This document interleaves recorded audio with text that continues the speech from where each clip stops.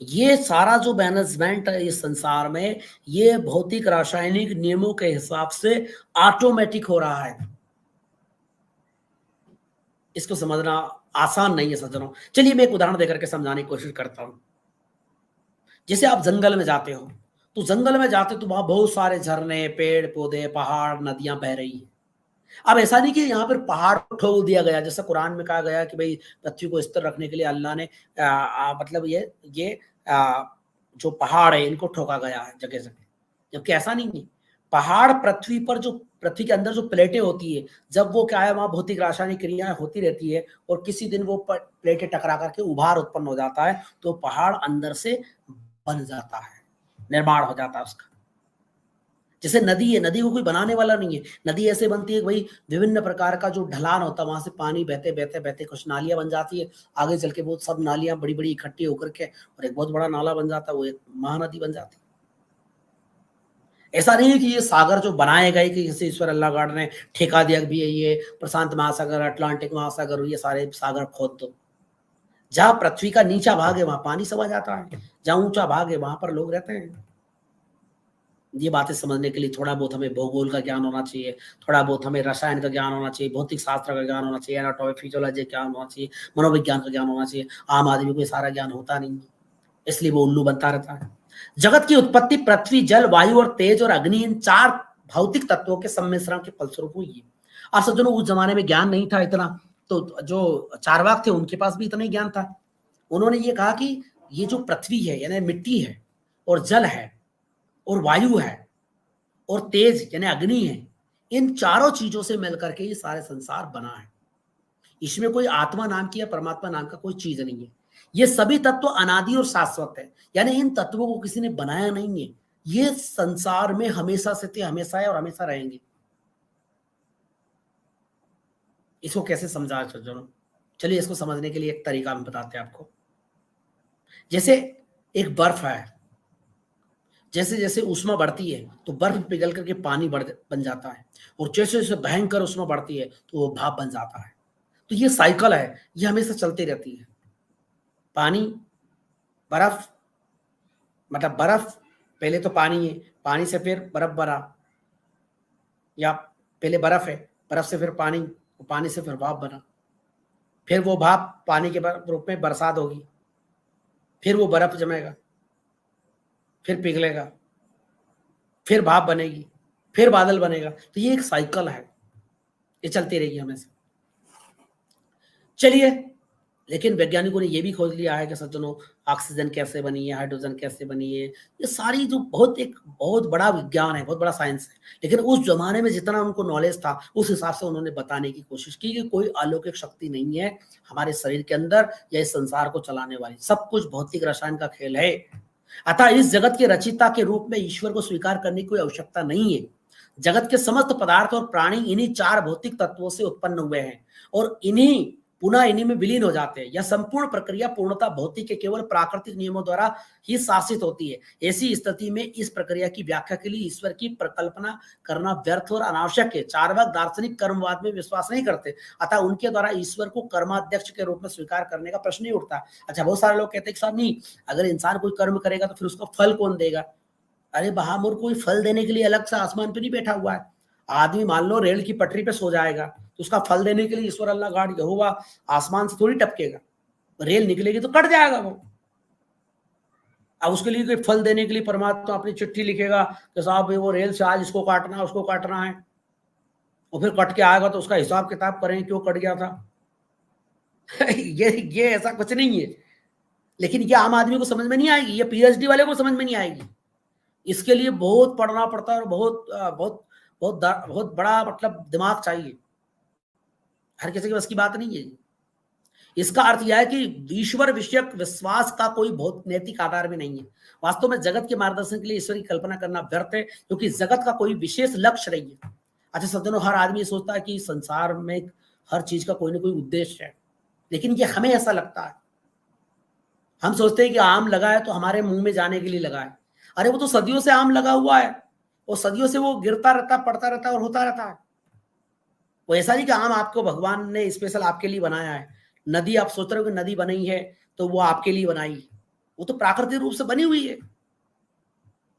आप सोचते हो कि मुर्गी बनी है तो परमात्मा ने हमारे खाने के लिए बनाई है, मछली बनाई है तो परमात्मा ने हमारे खाने के लिए बनाई है। हम अपने हिसाब से तर्क डेवलप कर लेते हैं हर चीज को देख करके। अभी मैं जम्मू कश्मीर की यात्रा करके आया, वो पहाड़ी पहाड़, मैदान ही नहीं दिखता। एक तरफ पहाड़, एक तरफ खाई, एक तरफ पहाड़, एक तरफ खाई। लोग वहां भी रहते हैं। अगर परमात्मा कहीं होता तो थोड़ा थोड़ा तो अकल रखता। कभी 10-20 किलोमीटर का अपन एक फ्लेट बना दें और फिर थोड़ा पहाड़ बना दें, नदी बना दें, झरना बना दें। एक तरफ मैदान बनाया तो हजारों किलोमीटर का मैदान बना दिया। पानी बना तो हजारों लाखों किलोमीटर का पानी पानी हो गया। तो ऐसा कोई ईश्वर नहीं है जो ये मैनेजमेंट करता और इस संसार का कोई उद्देश्य है। ईश्वर अल्लाह गॉड यहोवा हमें बनाएगा और फिर उसको वो रोजे नमाज रखवाएगा, मंदिर मस्जिद बनाएगा, बनवाएगा हमसे, पूजा पाठ करो, कर्मकांड करो, नहीं तो तुम्हारा चिकन फ्राई करूंगा तुम्हारा। ऐसा कुछ नहीं है। ये बात हजारों साल पहले चारवाक ने कह दी थी। हम केवल चैतन्य युक्त शरीर को ही जानते हैं। इसके अतिरिक्त अभौतिक आत्मा का ज्ञान प्राप्त करना हमारे लिए असंभव है। ऐसी आत्मा संबंधित विश्वास केवल अनुमान और शब्द प्रमाण पर आधारित है, जिन्हें अलौकिक सत्ताओं के विषय में पहले ही अस्वीकार किया जा चुका है। चारवाक दार्शनिक शरीर से भिन्न अभौतिक आत्मा के अस्तित्व का खंडन करते हैं और शरीर को ही आत्मा मानते हैं। इसलिए चैतन्य विशिष्ट काया पुरुषा, चैतन्य युक्त शरीर ही आत्मा है।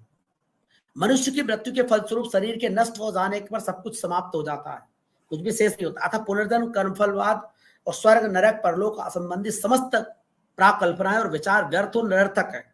उन्हें विश्वास करने के लिए हमारे पास कोई युक्ति संगत कारण और प्रमाण नहीं है। यदि एक ही आत्मा पहले शरीर, अब देखिए आत्मा का खंडन कैसे करते हैं ये।